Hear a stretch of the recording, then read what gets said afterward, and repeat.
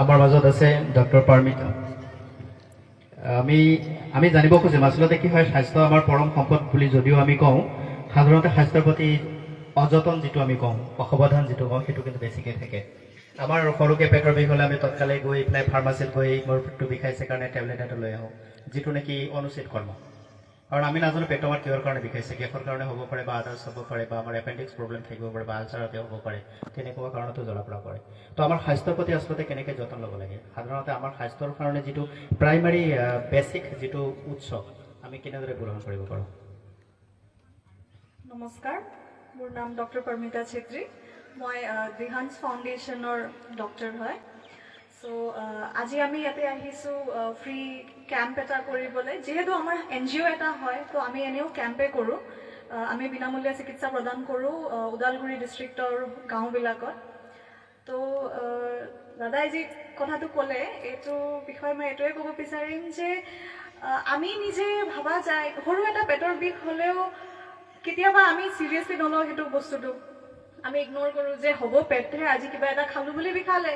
কেতিয়াবা কি হয়, আমি আকৌ একো নোহোৱা পেটৰ বিষৰটোকো আমি মিছামিছিকৈ ফাৰ্মাচীত গৈ নিজে ঔষধটো কিনি অলাগতিয়াল ঔষধ আমি ব্যৱহাৰ কৰোঁ। সেনেকৈ মই এটা এক্সাম্পল দিব বিচাৰোঁ, যেনেকৈ ডায়েৰিয়া হয়।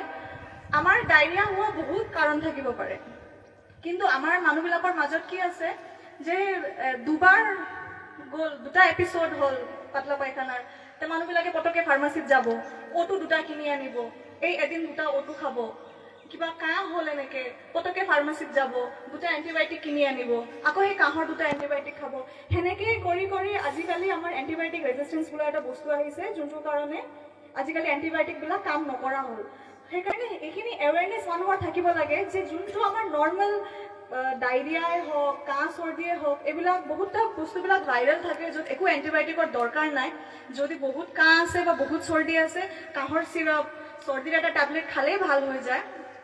তো সেইটোক ইমান চিৰিয়াছলি লৈ মানুহবিলাকে নিজে ডক্টৰক কনচাল্ট নকৰাকৈ গৈ এণ্টিবায়'টিক খোৱাটো বৰ বেয়া। যাতে এনেকুৱা নকৰে, বহুতখিনি বেমাৰ আমাৰ শৰীৰে নিজেও ভাল কৰে। যিহেতু আমি ইমানেই ডিপেণ্ডেণ্ট হৈছোঁ ঔষধৰ ওপৰত, সেইকাৰণেও আজিকালি ঔষধবিলাক কাম নকৰা হৈছে। তো এইখিনি এৱেৰনেছ থাকিব লাগে চবৰ মাজত। ফাৰ্ষ্ট অফ অল নিজৰ ডে টু ডে এক্টিভিটিটো ঠিক ৰাখিব লাগে, অলপ এক্সাৰচাইজ কৰিব লাগে, খোজকাঢ়িব লাগে, খাদ্যটো ঠিক ৰাখিব লাগে। সেইখিনি কৰিলেও আমি বহুত বেমাৰৰ পৰা বাচি থাকিব পাৰোঁ। যিহেতু আমাৰ আজিকালি সেইবিলাকতে প্ৰব্লেম আছে, সেইকাৰণে বেছিভাগ বেমাৰ হৈছে। তো মই চবক সেইটোৱে ক'ব বিচাৰিম যে লাইফষ্টাইলটো মেইনটেইন কৰক, বহুতখিনি বেমাৰটো আমি এনেই ভাল পাই যাব পাৰোঁ। Thank you. আমি ধন্যবাদ জ্ঞাপন কৰিছোঁ। স্বাস্থ্য আমাৰ নিজৰ সম্পদ, যিহেতুকে দায়িত্বটো আমাৰ নিজৰেই, আৰু এই নিজৰ দায়িত্বটো নিজে পালন কৰাটো প্ৰত্যেকগৰাকী ব্যক্তিৰ নিজৰ দায়বদ্ধতা, গতিকে এইটো নেহেৰাব।